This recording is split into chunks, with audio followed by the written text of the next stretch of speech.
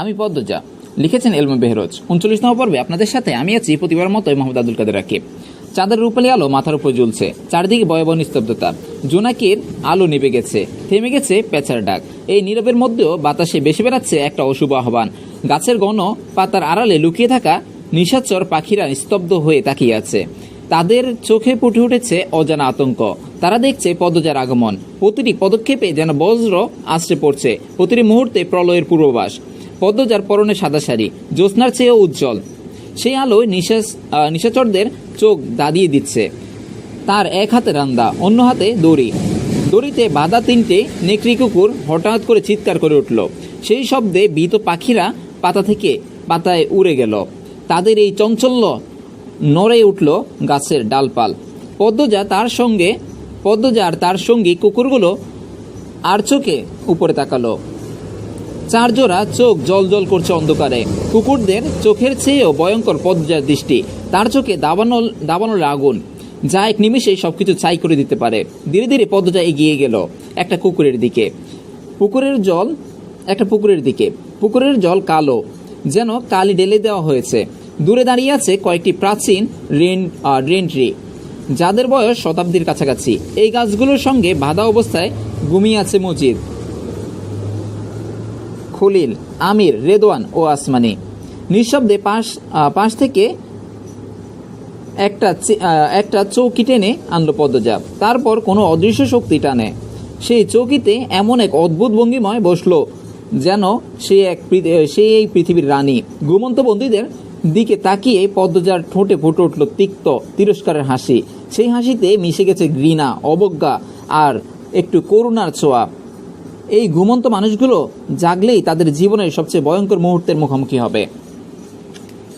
যখন আমির আর তার সঙ্গীরা চোখ খুলবে, তখন তাদের চেতনায় আঘাত হানবে নিষ্ঠুর বাস্তবতায়। নিজেদেরকে অসহায় অবস্থায়, গাছের সঙ্গে বাধা দেহ আর সামনে দাঁড়িয়ে থাকা এক ভয়ঙ্কর দৃশ্য। 3টি হিংস্র কুকুর আর তাদের পাশে অস্ত্রধারী পদ্মজা নিঃসন্দেহে পাগল পাড়া করে তুলবে তাদের। মনে হবে যেন এক দুঃস্বপ্নের মধ্যে ঢুকে পড়েছে। প্রথমে বিব্রত, তারপর বিস্ময় আর শেষে আতঙ্ক। এই 3 অনুভূতি একসঙ্গে আসতে পড়বে তাদের মনে।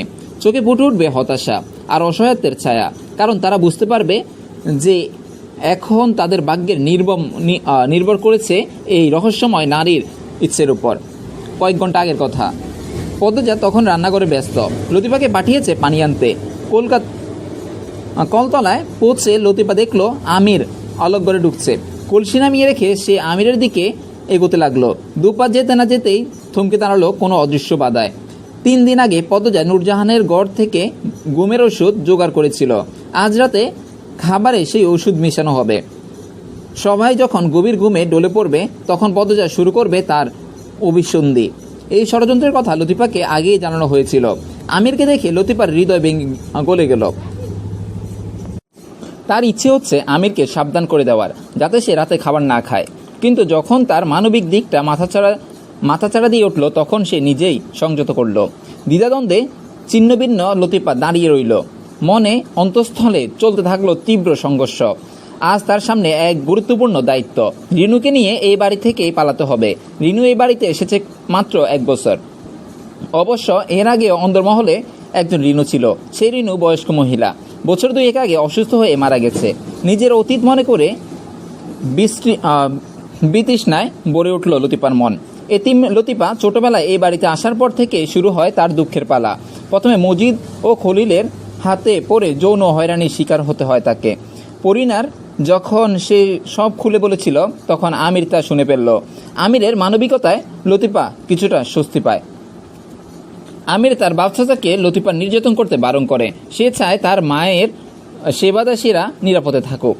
কিছুদিন শান্তিতে কাটলেও 15 বছর বয়সে লতিফার জীবনে আবার নেমে এলো কালো মেঘ।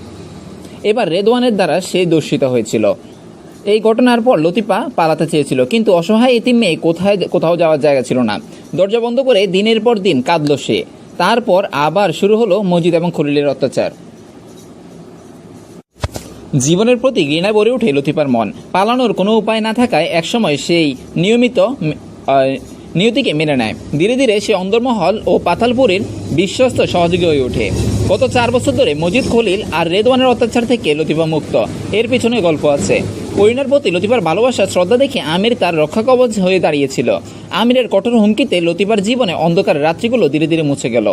কৃতজ্ঞতায় অপ্লুত লতিফা আমিরের প্রতি নির্দেশ নিষ্ঠার সঙ্গে পালন করত। পদ্মজা, রুম্পা ও হেমলতাকে সতর্ক দৃষ্টিতে পর্যবেক্ষণ করা ছিল তার অন্যতম দায়িত্ব। গত বছর কিশোরী রিনু নতুন করে পা রেখেছিল এই অন্দরমহলে। এই বাড়ির গোপন ইতিহাস সম্পর্কে সে সম্পূর্ণ অজ্ঞাত। মজিদ হাওলাদার দয়াপরবশত হয়ে এতিম রিনুকে নিজের আশ্রয়ে নিয়ে আসেন। তার এই উদারতার কারণে রিনুকে যত্ন করে রাখা হয়, এমনকি তার বিয়ের জন্য পাত্র খোঁজা হচ্ছে। কিন্তু লতিফার তীক্ষ্ণ দৃষ্টি এড়ায়নি রেদওয়ানের কুটিল নজর ও রিনুর উপর নিবদ্ধ। রিনুর সঙ্গে একদিন একই বিছানায় ঘুমাতে ঘুমাতে লতিফা তাকে নিজের ছোট বোনের মতো ভালোবাসতে শুরু করে। সে চায় না রিনু তার মতো সে ভয়াবহ যন্ত্রণাদায়ক রাতগুলোর শিকার হয়। তাই সে রিনুকে নিয়ে পালানোর সিদ্ধান্ত নিয়েছে। আমিরের প্রতি অপরিসীম কৃতজ্ঞতা সত্ত্বেও লতিফা তাকে পদ্মজার গোপন ষড়যন্ত্রের কথা বলতে পারল না। অসহায়তার ভেঙে পড়ল সে। কলসি রেখে দ্রুত পায়ে অন্দরমহলের দিকে পা বাড়ালো। মনে নানা চিন্তা ও দ্বন্দ্বের জ্বর নিয়ে রান্নাঘরে পা দিতেই পদ্মজা ঘাড় গড়িয়ে তাকালো। তার দৃষ্টি পাথরের মতো নিস্পন্দ। লতিফা খালি হাত দেখে যন্ত্রচালিতের মতো জিজ্ঞাসা করলো, পানি কোথায়? লতিফা নিজের কপালে চাপড়ে একটু হেসে বলল, আনতাছি, খাড়াও বলে বেরিয়ে গেল। পদ্মজা একে একে পাতিলে মশলা ডালতে লাগলো। মুরগি রান্নার আয়োজন চলছে। পুলিশ পূর্ণার দেহ ময়নাতদন্ত করে পরের দিনই ফেরত দিয়েছিল। বসন্তী আগের দিন রাতে স্বপ্ন দেখেছিল পূর্ণা লাহরিগড়ের পাশে কবর খুঁড়ছে। তাই তিনি সবাইকে অনুরোধ করেছিল পূর্ণার কবর যেন লাহরিগড়ের পাশেই গোলাপ গাছটি নিচে হয়। বসন্তীর ইচ্ছে পূরণ করা হলো। পূর্ণা এখন তার প্রিয় গোলাপ গাছটির নিচে চিরনিদ্রায় শায়িত। পদ্মজা তখনও কাঁদেনি। সে নীরবে কোরআন শরীফ পাঠ করছিল। পূর্ণাকে দাফন করার পর সে চুপচাপ অন্দরমহলের ফিরে এসেছিল, যেন কিছুই হয়নি। এ নিয়ে সমাজেও নানা কথা উঠেছিল। মৃদুলের অবস্থা শোচনীয়। তাকে কত করে বোঝানো হলো, তবুও সে পূর্ণার কবরের পাশ থেকে সরতে রাজি হয়নি। খাওয়া দাওয়া প্রায় বন্ধ করে দিয়েছে। মৃদুলের মা জুলেখা বানু ছেলের এই বিপর্যস্ত অবস্থা দেখে নিজেও অসুস্থ হয়ে পড়েছেন। মোড়ল পরিবারের উপর দিয়ে দুঃখর জ্বর বয়ে যাচ্ছে। সেখানে এখনও শোকের ছায়া গাঢ়। বাড়ির প্রতিটি কোণায় বেদনার সুর বাজছে। পূর্ণার মৃত্যুতে সবাই স্তব্ধ, বিমর্ষ। মৃদুলের আচরণ তাদের শোককে আরও গভীর করে তুলেছে। লতিফা হাঁপাতে কলসি নিয়ে এসে মেঝেতে নামিয়ে বলল, ল পানি। আগের মতোই নির্লিপ্ত কণ্ঠে জিজ্ঞাসা করলো পদ্মজা, আমি যা যা আনতে বলছি সব আনা হয়েছে? আনছি। রিনু ব্যাগ গুছিয়েছে? গোছাইছে। রিনুকে ডাক দিল। পদ্মজার নির্দেশ দিল। লতিফা রান্নাঘর থেকে উচ্চস্বরে ডাকলো, রিনু রে, এই রিনু। রিনু কাছাকাছি ছিল। সে দ্রুত পায়ে এসে বলল, আপা। পদ্মজা বলল, আজ রাতে লতিফার সঙ্গে বেরিয়ে পড়বি। পথে একদম ভয় পাবি না। আমি লতুবাবুকে কিছু টাকা আর একটা ঠিকানা দিয়েছি। আল্লাহ তোদের সঙ্গে আছে। পথে আল্লাহকে বেশি বেশি স্মরণ করবি। রিনু ভয়ে ভয়ে মাথা নাড়ল। তার চোখে উদ্বিগ্ন ও অনিশ্চয়তা। লতিফা উদ্বিগ্ন কণ্ঠে পদ্মজাকে জিজ্ঞাসা করলো, তোমারে ওরা যদি কিছু করে? পদ্মজা জবাব দিল না। লতিফা উত্তরের আশায় তাকিয়ে রইল। অনেকক্ষণ পর পদ্মজা বলল, আমার ঘর থেকে কাপড়ের ব্যাগটা নিয়ে পুকুর পাড়ের আশেপাশে কোথাও রেখে আসো। এরপর এখন আরেকটু পেঁয়াজ রসুন বাটো রাইখে আইছি, সব কাম শেষ। গোয়ালঘরের পেছনে 3টা কুত্তা বান্ধা আছে, সিল্লাইতেছে অনেকক্ষণ। খাওন দিছি, এরপর থামছে। আর ওই যে আলমারিটার পিছনে একটা বয়াম আছে, ওইটার ভিতরে রিনু 20 পিঁপড়া পড়ছে। ওইটাও একটু পরে রাইখা আমুনে। মরে যাবে না? পদ্মজা জিজ্ঞাসা করলো। না, বয়ামের মুখ কাপড় দিয়ে বাইন্দা রাখছি, ভিতরে মাড়িও আছে। রিনু জবাব দিল। পদ্মজা, লতিফা আর রিনু 3 জনে মিলে রান্নাবান্না শেষ করলো। আমিনা সদর করে আলোকে নিয়ে খেলছিল। তার জীবন আলোতে সীমাবদ্ধ, আর কিছুই পরোয়া করে না সে। আগে ঘরের ব্যাপার হলেও কথা বলতেন, এখন সেটাও বন্ধ।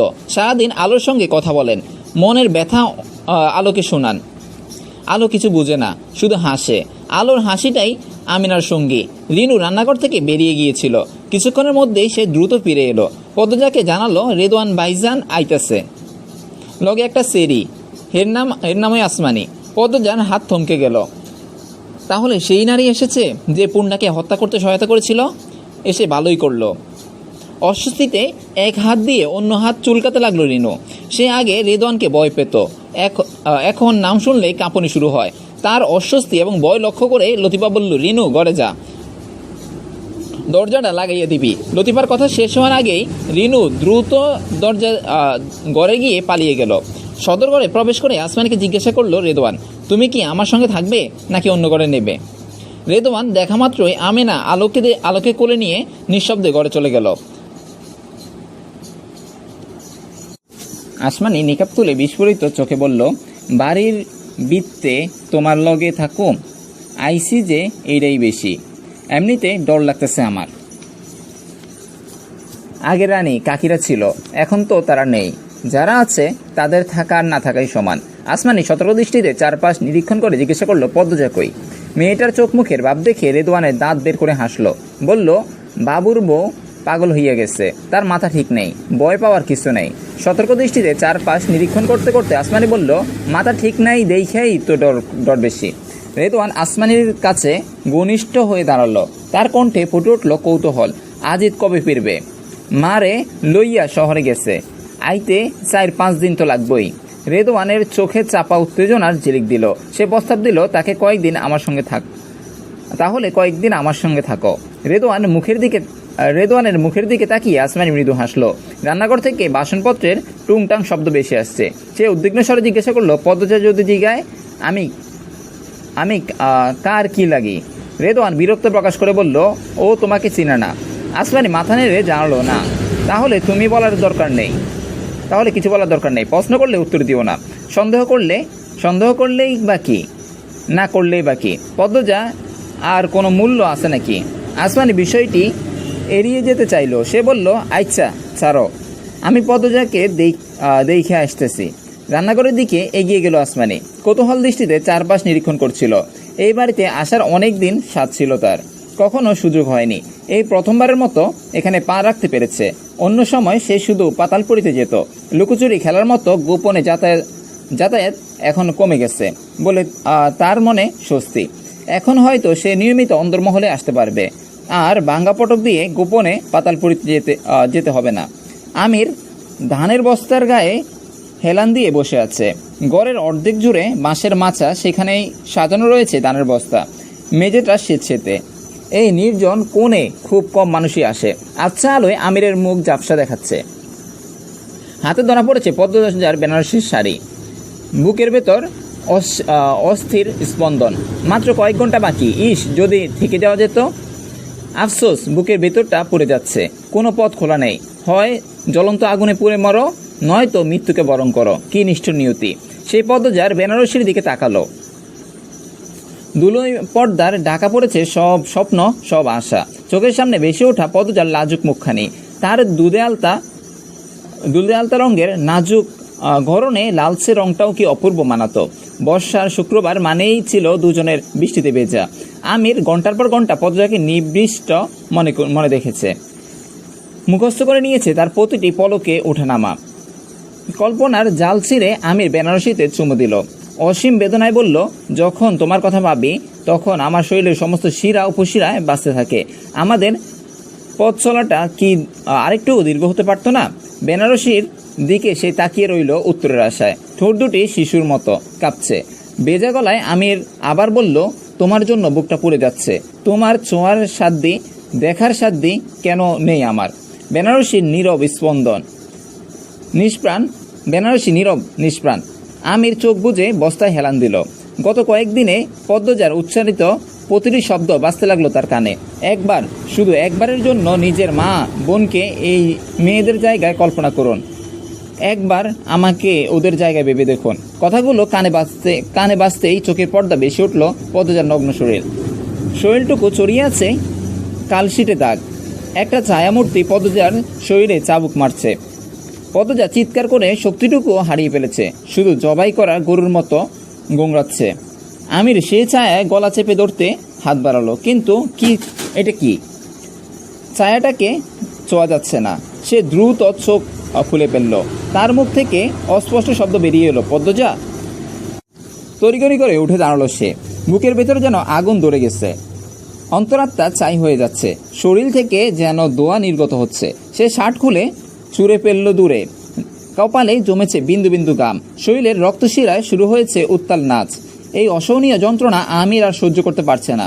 সে দূর হাতে নিজের চুল আঁকড়ে ধরল।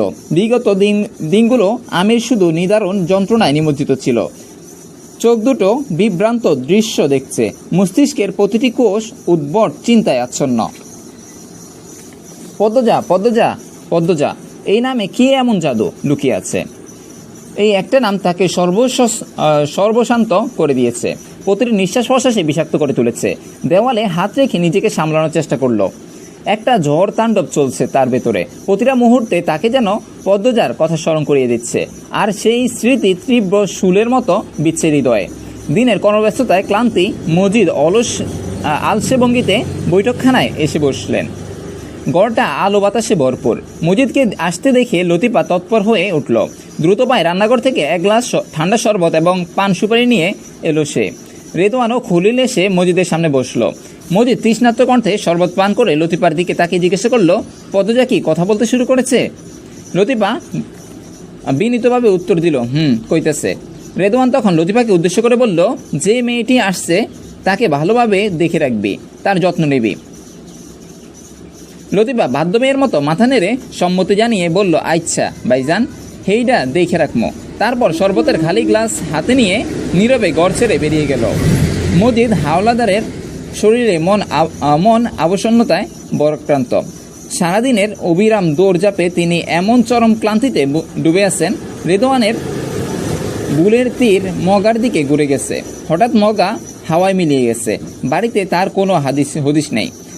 আর এই অদৃশ্য হওয়ার আগে তার শেষবার দেখা গিয়েছিল পূর্ণার সঙ্গে। সবার সাক্ষ্যের ভিত্তিতে প্রথম দৃষ্টিতে মগাই এখন সাব্যস্ত খুনি বলে চিহ্নিত হয়েছে। পুলিশ হাওলাদার বাড়ির দারোয়ানকে খুঁজে বেড়াচ্ছে। পুলিশের আগমনের সংবাদ পেয়েই দারোয়ান মোত্তালিবকে হত্যা করেছে। ফলে পুলিশের হাতে মোত্তালিব ধরা পড়েনি। মজিদ হাওলাদার পুলিশকে জানিয়েছে, তার ধারণা দারোয়ান ও মগা পূর্ব পরিকল্পনা অনুযায়ী পূর্ণাকে প্রথমে দর্শন করেছে, পরে নৃশংসভাবে হত্যা করেছে। এই তথ্যের ভিত্তিতে পুলিশ এখন দুই সন্দেহভাজন দারোয়ান মোত্তালিব ও মগার সন্ধানে ব্যাপক তৎপর চালাচ্ছে। মজিদের দিকে তাকিয়ে গম্ভীর স্বরে খলিল জিজ্ঞাসা করল, ভাই, এখন কি ঠিক হইতেছে কি? মজিদের কণ্ঠস্বর নিরাচ্ছন্ন। তিনি কোনো গভীর চিন্তায় মগ্ন। রেদওয়ানের ব্রুকুটি কুঞ্চিত হয়ে গেল। সে উদ্বিগ্ন স্বরে বলল, এমন একটা সংকটময় মুহূর্তে আমরা বোধসভার আয়োজন করেছি, এটা কি যুক্তিসঙ্গত হচ্ছে? মজিদ হাওলাদার নীরব রইলেন। তিনিও এই বিষয়ে নিয়ে গভীরভাবে ভেবেছিলেন। প্রতিটি অভিযানের শেষে নারী পাচারের সঙ্গে জড়িত সবাইকে নিয়ে একটা বোধসভার আয়োজন করা হয়। এর মূল উদ্দেশ্য সবাইকে এক সূত্রে বাঁধা, একটা অদৃশ্য সন্ধানে আবদ্ধ করা। এই আসরের স্থান নির্বাচিত হয় হাওলাদার বাড়ির পুকুর পাড়ে, যা পারিবারিক আবাসস্থল থেকে যথেষ্ট দূরত্ব অবস্থিত। বাড়ির মহিলারাও এটাকে শুধু একটি ব্যবসায়িক বৈঠক বলে জানে।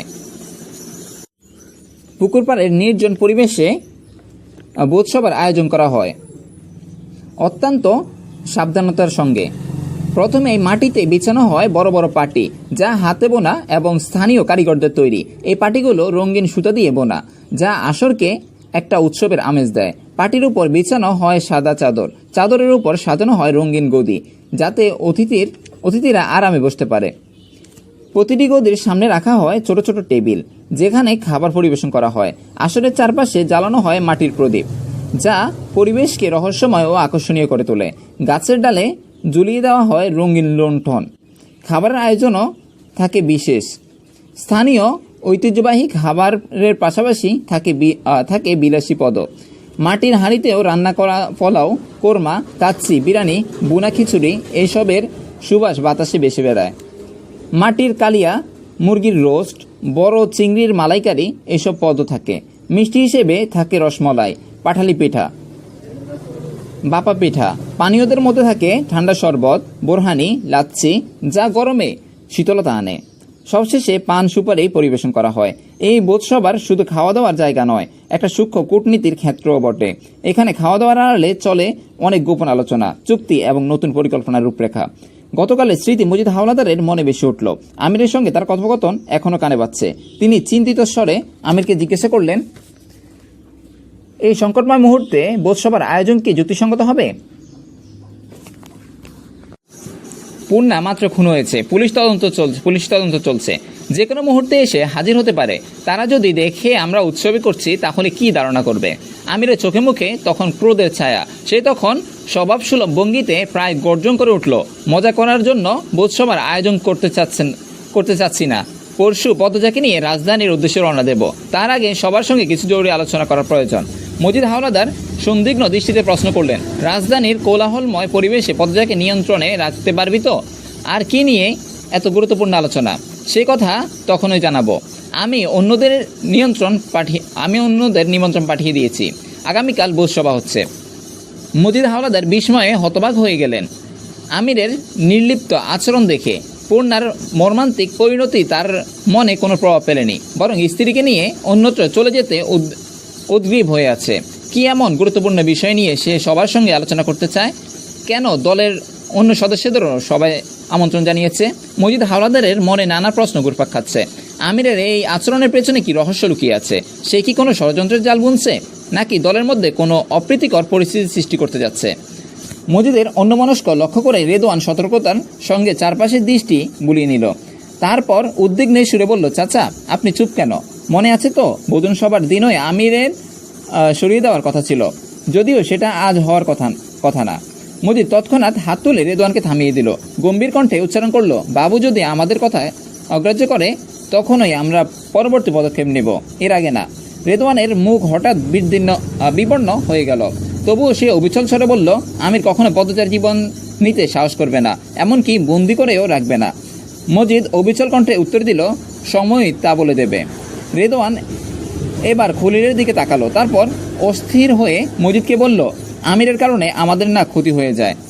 মজিদ তখন খলিলকে নির্দেশ দিল, একটু দেখো তো আশেপাশে কেউ আছে কিনা। ঘরগুলো একেবারে তন্ন তন্ন করে খুঁজে দেখবি। ঠিক সেই মুহূর্তে আমির বাইরে যাওয়ার উপক্রম করেছিল। মজিদ শেষ কথাটা তার কানে পৌঁছাতেই সে দ্রুত দরজার আড়ালে আত্মগোপন করলো। খলিল তৎপরতার সঙ্গে প্রথম দুটি ঘর পরীক্ষা করে এসে জানালো কেউ নাই। তারপর ফিরে এলো নিজের চেয়ারে। রেদওয়ান তখন খলিলের দিকে অর্থপূর্ণ দৃষ্টিতে তাকালো। আমিরের বিরুদ্ধে চক্রান্তের ব্যাপারে মজিদকে বুঝাতে অনুরোধ করেছিল। খলিল মজিদের আরো কাছে সরে এলেন। তার কণ্ঠস্বরে উদ্বেগের সুর, ভাই হৃদু মিশা কইতেছে না। বাবুর উপর আমার ভরসা রাখুন যায় না। রেদওয়ানের দিকে তীক্ষ্ণ দৃষ্টি নিক্ষেপ করে মজিদ জিজ্ঞাসা করল, বাবু আমাদের সরিয়ে দিয়ে পদযাকে নিয়ে সুখের সংসার পাতাবে? তৎক্ষণাৎ উত্তেজিত স্বরে বলল রেদওয়ান, এটা কি অসম্ভব? কাকা আলমগীর ভাই যা করেছিলেন তা কি আপনি ভুলে গেছেন? নিরাসক্ত কণ্ঠে খলিলকে উদ্দেশ্য করে বললেন মজিদ। খলিল, তোর ছেলের বুদ্ধি এখনো হাঁটুতে। রেদওয়ান ক্রোধে অধীর হয়ে উঠে দাঁড়ালো। মজিদ শান্ত স্বরে বলল, আমার পাশে বস, তোর মাথায় কিছু গুরুত্বপূর্ণ তথ্য ঢুকিয়ে দিতে হবে। রেদওয়ান অনিচ্ছা সত্ত্বেও আবার বসলো। মজিদ দৃঢ়স্থির কণ্ঠে বলতে শুরু করলো, মন দিয়ে শোন, আলমগীর আর বাবুর মধ্যে আকাশ পাতাল তফাৎ। পাতালপুরীর রীতি যদিও পূর্বপুরুষদের থেকে পেয়েছি, কিন্তু এই নারী পাচার চক্রের জন্ম দিয়েছে বাবু। এই সংগঠনে আমির, তুই, আমি, খলিল, আমরা সবাই বাবুর দলের ক্ষুদ্র অংশমাত্র। যে চক্রের সূচনা করেছে সে হলো আসল নেতা। মজিদ একটু থেমে আবার শুরু করলো, গত সপ্তাহে বাবু রাজধানী থেকে একটা খাম নিয়ে এসেছে। সেই খামের চিঠিতে স্পষ্ট করে লেখা আছে 6 মাস পর বাবু নিজের দায়িত্বে 16 জন তরুণী সিঙ্গাপুরে পাঠাবে। সান্নার জনের সঙ্গে 3 মাস আগে থেকেই চুক্তিবদ্ধ বাবু। চিঠিতে ওর স্বাক্ষরও আছে। রেদওয়ানের বিস্মিত কণ্ঠে বলল, আমি চিঠি পড়েছি, কিন্তু টাকার কি হলো? আমাদের তো কিছু দেয়নি। মজিদের কাপড়ে বিরক্তির রেখা ফুটে উঠল।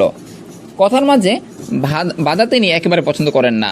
রুক্ষস্বরে বললেন, আমার কথা শেষ হতে দে, মাঝখানে একদম কথা বলবি না। রেদওয়ান নীরবে মাথা নাড়ল সম্মতি জানিয়ে। মজিদ তখন বলতে শুরু করেছিল, এবার ভেবে দেখো, বাবু যদি তার প্রতিশ্রুতি ভঙ্গ করে তার পরিণতি কি হতে পারে? তুই কি জানিস কত বিদেশি লোকের সঙ্গে বাবুর কাজ করেছে? ও একটা বিশাল জালের অংশ। এই জাল শুধু আমাদের দেশে নয়, সীমানা চড়িয়ে বিদেশেও ছড়িয়ে আছে। বাবু প্রত্যেকের বিরুদ্ধে কিছু না কিছু প্রমাণ জমিয়ে রেখেছে। ওটাই ওর শক্তি, আবার এটাই ওর দুর্বলতা। কমপক্ষে 8-9 জন প্রভাবশালী রাজনীতির নেতার সঙ্গে বাবুর ঘনিষ্ঠ সম্পর্ক রয়েছে। এমনকি বাণিজ্য মন্ত্রীও এই চক্রের সঙ্গে যুক্ত, আর বাবুর সঙ্গে তার যোগাযোগ আছে। যদি জানতে পারেন যে বাবু পালিয়েছে, কি মনে করিস তিনি চুপ করে থাকবেন? কখনোই না। ওরা বাবুকে ছাড়বে না, সব ধরনের ব্যবস্থা নেবে। নিজেদের সম্মানহানি আর সত্য প্রকাশিত হওয়ার ভয়ে তারা চরম পদক্ষেপ নিতে পারে। মজিদের কণ্ঠে সন্তুষ্টির সুর ফুটে উঠল। শুধু বাবু নয়, পদজার ক্ষতি হবে। মেয়েটার সৌন্দর্য আর তার জন্য অভিশাপ হয়ে দাঁড়াতে পারে। বাবুর সামনেই পদজার মর্যাদা হানির সম্ভাবনা আছে। আরও অনেক প্রভাবশালী ব্যক্তি এই অপকর্মের সঙ্গে জড়িত। যতদিন বাবু এই কাজে থাকবে ততদিন নিরাপদ থাকবে, কিন্তু একবার ছাড়তে চাইলেই বিপদ। তোর মতো সরল নয় বাবুর বুদ্ধি। যাই করুক, পালিয়ে যাওয়ার মতো বোকামি করবে না, এতটা নির্বোধও নয়। মজিদ গভীর নিঃশ্বাস ফেলে বললেন, যদি সত্যিই বাবু পদজাকে ভালোবাসে তবে এই কখনোই পালানোর কথা ভাববে না। এই চক্রের সব সদস্য একজোট। বাবু পালাতে চেষ্টা করলে একা পড়ে যাবে, সবাই মিলে ওকে খুঁজে বের করবে। শুধু দেশের মধ্যে হলে মানা যেত, কিন্তু বাবু তো আন্তর্জাতিক পর্যায়েও জড়িত। যদিও ধরা পড়ে, পদজাও নিরাপদ থাকবে না। আর একবার ধরা পড়লে মুহূর্তের মধ্যে মেয়েটা হয়ে যাবে ভোগের বস্তু। কিন্তু যদি আমির পালিয়ে না গিয়ে পুলিশের কাছে সব সত্যি বলে দেয়, তাহলে তো ও নিরাপদ থাকবে। আমরা সবাই তখন মহাবিপদে পড়ব। মজিদ হাওলাদার অবজ্ঞার হাসি হেসে রেদওয়ানের পিঠে হাত রাখলেন।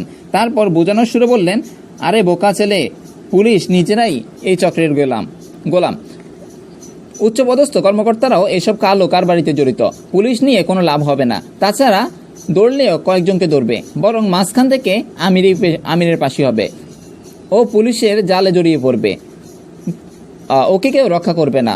যত অপরাধ করেছে, কত মেয়েকে পাচার করেছে, কতজনকে খুন করেছে, এসবের জন্য ওর কোনো ক্ষমা নেই, ফাঁসি হবে। নিজের মৃত্যুকে নিজে ডেকে আনবে। তাছাড়া কিছু কিছু কাজ এমন হয় যে একবার সেই পথে পা দিলে আর ফেরার উপায় থাকে না। বাবু এখন ঠিক সেই পাদে পা দিয়েছে। যদি পালাতে চায় তাহলে শুধু নিজেই নয়, পদজার সম্মান আর প্রাণও হারাবে। এত বড় ঝুঁকি নেওয়ার সাহস বাবুর হবে না।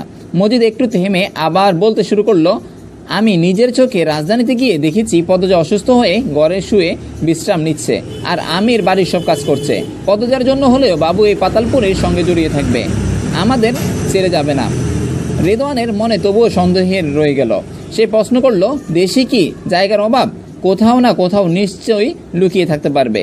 মজিদ ধৈর্য ধরে বুঝাতে থাকেন, লুকিয়ে কি করে বেঁচে থাকবে? ঘরে বসে খাবে? তুই নিজের চোখে দেখছিস আমি কিভাবে মাত্র 3 দিনে আলীকে রাজশাহী থেকে ধরে এনেছে। ওর অভিজ্ঞতা কম না, পদজাকে নিয়ে এত বড় ঝুঁকি নেবে না। আমির চিনে তার পেশা কেমন, এতদিন অন্য মেয়েদের নির্যাতন করেছে। এখন একটা ভুল সিদ্ধান্ত নিলে নিজের বউকে নির্যাতিত হতে দেখবে। মজিদ থামলেন, তার ঠোঁটে বিদ্রুপের হাসি ফুটে উঠল। এত কথাতেও রেদওয়ানের মনে শান্তি এলো না। সে হাতে তুলে বলল, ঠিক আছে, ধরে নিলাম আমির পালাবে না, কিন্তু পদ্মজার সম্মানহানির প্রতিশোধ নিতে আমাদের যে খুন করবে না তাকে নিশ্চয়তা।